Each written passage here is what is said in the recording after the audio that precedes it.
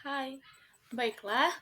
Perkenalkan, nama saya Adelisa Agrifakesita Sinaga dengan NIM 1233 1510667 dari kelas BK reguler A 2023. Di sini saya akan mempresentasikan tugas Pancasila dalam kajian sejarah bangsa Indonesia. Baiklah, kita masuk ke materi pertama, yakni pengertian dan pentingnya Pancasila dalam kajian sejarah bangsa Indonesia. Pancasila adalah dasar negara Indonesia yang bernilai-nilai luhur bangsa. Pancasila penting karena menjadi pedoman moral dan etika bagi bangsa Indonesia dalam membangun negara, masyarakat yang adil, makmur, serta sejahtera. Pancasila memiliki peran penting dalam sejarah bangsa Indonesia sebagai landasan ideologi, sumber nilai-nilai dalam suatu bangsa, pedoman moral dan etika, serta pembentukan karakter bangsa.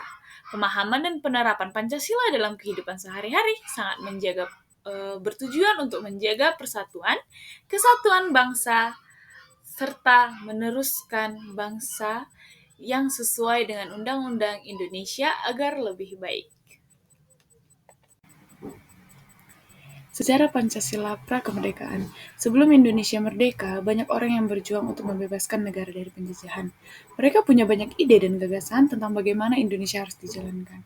Salah satu tokoh penting adalah Soekarno, yang punya pemikiran tentang nasionalisme, agama, keadilan sosial, demokrasi, dan keutuhan. Ide-ide ini kemudian dirumuskan dalam sebuah badan bernama BPUPKI yang bertujuan untuk mempersiapkan kemerdekaan Indonesia. Di sana, Soekarno menemukan 5 dasar negara yang disebut Pancasila. Setelah Indonesia merdeka, Pancasila resmi ditetapkan sebagai dasar negara di Indonesia pada tanggal 18 Agustus 1945. Pancasila bukan muncul begitu saja, tapi hasil dan perjuangan panjang dari pemikiran para tokoh bangsa sebelum Indonesia merdeka. Baiklah, kita masuk ke dalam bagian-bagian dari sejarah Pancasila Prakemerdekaan. Yang pertama, nilai-nilai Pancasila dalam sejarah perjuangan bangsa. Negara kebangsaan Indonesia terbentuk melalui 3 tahap, yaitu pertama, pada zaman Sriwijaya di bawah Wangsa Silendra, terus yang kedua, negara kebangsaan Majapahit, yang ketiga, kedua tahap negara kebangsaan tersebut adalah negara kebangsaan lama. Ketiga, negara kebangsaan modern, yaitu negara selesai merdeka, yakni 17 Agustus 1945. Yang pertama, masa kerajaan Sriwijaya. Unsur-unsur yang terdapat dalam Pancasila yaitu ketuhanan, kemanusiaan, persatuan, tata perintah atas dasar musyawarah dan keadilan sosial telah terdapat sebagai asas-asas yang menjiwai bangsa Indonesia, yakni dihayati serta dilaksanakan pada waktu itu. Hanya saja belum dirumuskan secara konkret. Dokumentasi tertulis yang dibuktikan terhadap unsur-unsur tersebut adalah prasasti di Talang Batu, kedudukan bukti Karang Bahari, Talang, Tuo, dan Kota Kapur. Pada hakikatnya, nilai-nilai budaya bangsa semasa Kerajaan Sriwijaya telah menunjukkan nilai-nilai Pancasila, yaitu terdiri dari 5 sesuai dengan sila Pancasila. Yang pertama, sila pertama terwujud dengan adanya umat agama Buddha dan Hindu hidup berdampingan secara damai. Yang kedua, terjalinnya hubungan antara Sriwijaya dan India atau dinasti Hasa. Pengiriman para pelajar untuk belajar di India telah tumbuh di nilai-nilai politik luar negeri yang bebas dan aktif. Yang ketiga, nilai-nilai sila ketiga sebagai negara maritim. Sriwijaya telah menerapkan konsep negara kepulauan sesuai dengan konsepsi wawasan Nusantara. Yang keempat, nilai dari Sriwijaya telah memiliki kedaulatan yang sangat luas meliputi Indonesia sekarang, Siam, dan Semenanjung Melayu. Kelima, Sriwijaya menjadi pusat pelayaran dan perdagangan sehingga kehidupan rakyatnya sangatlah makmur. Nah, yang kedua itu adalah masa kerajaan Majapahit. Sebelum kerajaan Majapahit berdiri, telah muncul kerajaan-kerajaan Jawa Tengah dan Jawa Timur secara silih berganti, yaitu kerajaan Kalinggara pada abad ke-7, lalu kerajaan Sanjaya pada abad ke-8. Sebagai refleksi, puncak budaya dari kerajaan tersebut adalah dibangunnya Candi Borobudur, yaitu istana pada abad ke-9. Di Jawa Timur muncul juga kerajaan-kerajaan yaitu Isana pada abad ke-10 di Dharmawangsa pada abad ke-10 dan Airlangga pada abad ke-11. Agama yang diakui kerajaan adalah agama Buddha, agama Wisnu, dan agama Shiva yang telah hidup berdampingan secara damai. Nilai-nilai kemanusiaan telah tercermin dalam kerajaan ini. Terbukti menurut prasasti Kelagen bahwa Raja Airlangga telah mengadakan hubungan perdagangan dan bekerja sama dengan Banggala, Chola, dan Champa. Nilai-nilai sila keempat telah terwujud, yaitu dengan diangkatnya Airlangga sebagai raja melalui musyawarah antar penganut nilai keadilan sosial terwujud pada Airlangga memerintah untuk membuat tungkul waduk demi kesejahteraan para Baik, kita masuk ke materi kedua, yaitu perjuangan bangsa Indonesia melawan penjajah. Perjuangan bangsa Indonesia melawan penjajah yaitu adalah kekayaan alam Indonesia dibuktikan dengan hasil buminya yang melimpah, terutama rempah-rempah, menyebabkan keinginan bangsa lain untuk masuk ke dalam Indonesia. Bangsa-bangsa barat seperti Portugal, Spanyol, Inggris, dan Belanda yang membutuhkan rempah-rempah itu mulai berdatangan gitu, masuk ke dalam banyaknya bangsa asing dipengaruhi oleh kerumunan Majapahit atau kerajaan Majapahit akibat dari perselisihan perang saudara yang berarti nilai-nilai nasionalismenya sudah ditinggalkan. Pada hakikatnya perlawanan terhadap Belanda itu terjadi hampir setiap daerah di Indonesia. Akan tetapi perlawanan secara fisik terjadi secara sendiri-sendiri. Di setiap daerah tidak ada persetujuan serta koordinasi dalam melakukan perlawanan sehingga tidak berhasilnya bangsa Indonesia mengusir penjajah. Bahkan malah semakin memperkukuh kedudukan penjajah. Hal ini membuktikan pentingnya rasa persatuan atau nasionalisme dalam melawan penjajah. Lanjut bagian yang ketiga, yakni Kebangkitan Nasional 1908.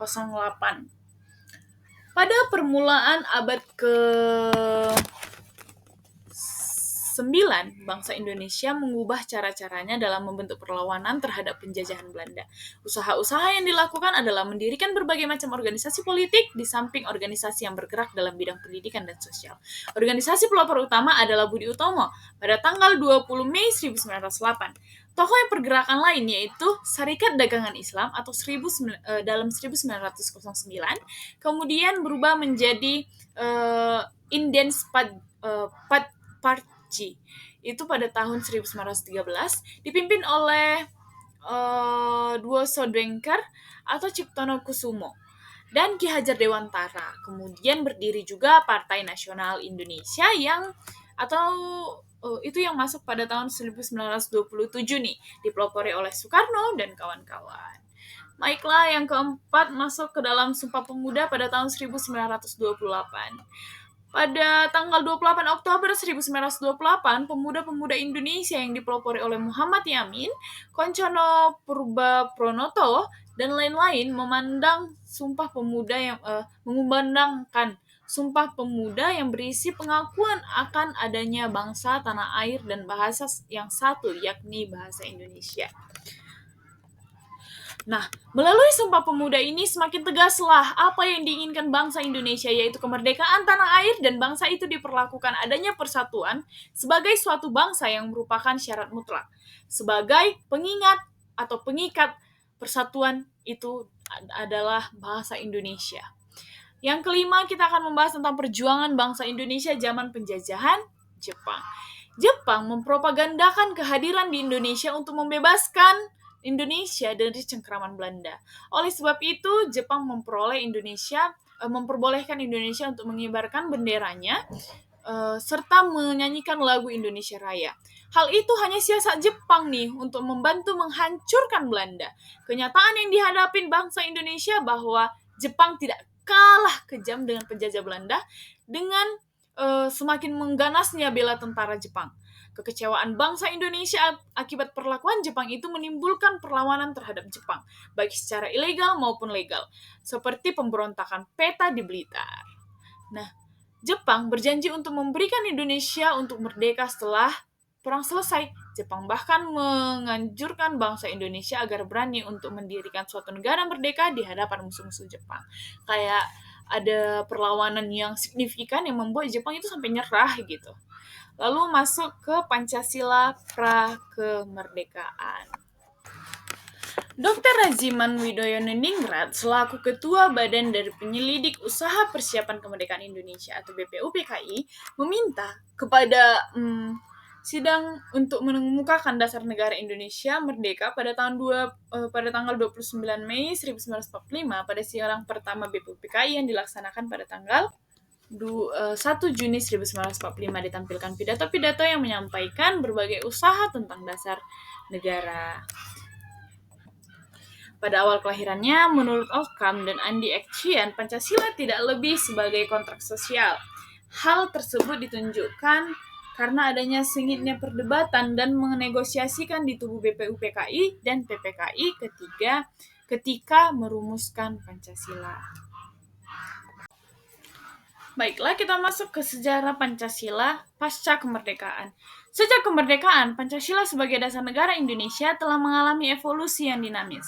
Awalnya, penerapan memicu perdebatan politik, era demokrasi terpimpin, dan Orde Baru, menandai implementasi yang lebih terpusat dan bahkan digunakan untuk membangun perbedaan pendapat. Era reformasi kemudian mengembalikan fokus pada nilai-nilai asli Pancasila, menekankan inklusivitas dan nasionalisme hingga kini perdebatan mengenai penerapan dan pengupayaan terus berlanjut, namun menjadi simbol penting identitas dan pedoman-pedoman bangsa-bangsa Indonesia. Baiklah, masuk ke dalam sejarah Pancasila pasca kemerdekaan ada 4. Yang pertama adalah Pancasila era Orde Lama. Terdapat dua pandangan besar terhadap dasar negara yang terpengaruh terhadap munculnya dekret presiden.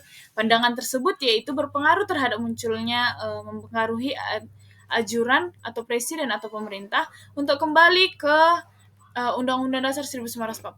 Dengan demikian, sebagaimana dirumuskan dalam Piagam Jakarta sebagai dasar negara, sedangkan pihak lain menyetujui kembali Undang-Undang 1945 tanpa cadangan. Artinya, Pancasila seperti yang dirumuskan dalam pembukaan Undang-Undang Dasar Negara Republik Indonesia yang disahkan PPKI pada tanggal 18 Agustus 1945 sebagai sebuah dasar negara. Sedangkan pihak lain menyetujui kembali ke Undang-Undang Dasar 1945 tanpa cadangan. Artinya dengan Pancasila seperti yang dirumuskan pada pembukaan Undang-Undang Dasar yang disahkan oleh PPKI tanggal 18 Agustus 1945 sebagai dasar negara. Namun kedua usulan tersebut tidak tercapai kuantrum atau keputusan sidang konstitutisme. Ini memenuhi jalan buntu pada tahun 1959. Nah, kejadian ini menyebabkan Presiden Soekarno turun tangan. Dengan sebuah kejadian ini menyebabkan Presiden Soekarno turun tangan, dekret Presiden yang disetujui oleh Kabinet 3 Juli 1959 yang kemudian dirumuskan di Istana Bogor pada tanggal 4 Juli 1959 dan diumumkan secara resmi oleh Presiden pada tanggal 5 Juli 1959 pada jam 5 sore. Baik, yang kedua, Pancasila era Orde Baru. Setelah jatuhnya Insinyur Soekarno sebagai presiden, selanjutnya Jenderal Soeharto yang memegang kendali terhadap negeri ini. Dengan berpindahnya kursi kepresidenan tersebut, arah pemahaman terhadap Pancasila pun mulai diperbaiki pada peringatan hari lahir Pancasila 1 Juni 1967. Begitu kuatnya Pancasila digunakan sebagai dasar negara, maka pada tahun 1 Juni 1968, Presiden Soeharto mengatakan bahwa Pancasila sebagai pegangan hidup bangsa akan membuat bangsa Indonesia tidak lemah. Bahkan jika ada pihak-pihak tertentu yang mau merubah Pancasila dan yang menyimpang dari Pancasila, pasti akan digagalkan. Selanjutnya, pada tahun 1968, Presiden Soeharto mengeluarkan Instruksi Presiden nomor 12 tahun 1968 yang menjadikan panduan dalam mengucapkan Pancasila sebagai dasar negara, yaitu yang pertama, ketuhanan yang Maha Esa, kedua, kemanusiaan yang adil dan beradab, ketiga persatuan Indonesia, yang keempat kerakyatan yang dipimpin oleh hikmat kebijaksanaan dan permusyawaratan perwakilan, kelima keadilan sosial bagi seluruh rakyat Indonesia. Instruksi Presiden tersebut mulai berlaku pada tanggal 13 April 1968. Baiklah, kita masuk ketiga, yaitu Asas Tunggal Pancasila. Perbedaan partai hanya dalam bentuk program saja. Asas Tunggal Pancasila menurut Delia Noer berarti mengingkari kebinekaan masyarakat yang memang berkembang menurut agama atau dari faham-faham lain. Bahkan Asas Tunggal Pancasila cenderung ke arah sistem partai tunggal, meskipun sudah formal ada 3 partai, tetapi secara terselubung sebenarnya hanya ada 1 partai. Baiklah, kita masuk ke dalam Pancasila dalam era reformasi. Pancasila yang seharusnya sebagai nilai dasar moral etik bagi negara dan aparat pelaksanaan negara dalam kenyataannya digunakan sebagai alat legitimasi politik. Puncak dari keadilan tersebut ditandai dengan hancurnya ekonomi nasional. Maka timbullah berbagai gerakan masyarakat yang dipelopori oleh mahasiswa cendekiawan dan masyarakat sebagai gerakan moral politik yang menutur adanya reformasi di segala bidang politik, ekonomi, serta hukum. Makna serta pengertian reformasi hanya banyak disalahartikan, sehingga gerakan masyarakat yang melakukan perubahan yang mengatasnamakan gerakan reformasi juga tidak sesuai dengan pengertian reformasi itu sendiri. Hal ini terbukti dengan maraknya gerakan masyarakat yang mengatasnamakan gerakan reformasi, melakukan kegiatan yang tidak sesuai dengan makna reformasi itu sendiri. Baiklah, sekian presentasi saya bab 2 dengan judul Pancasila dalam Kajian Sejarah Bangsa Indonesia. Sekian dan terima kasih. Bye-bye.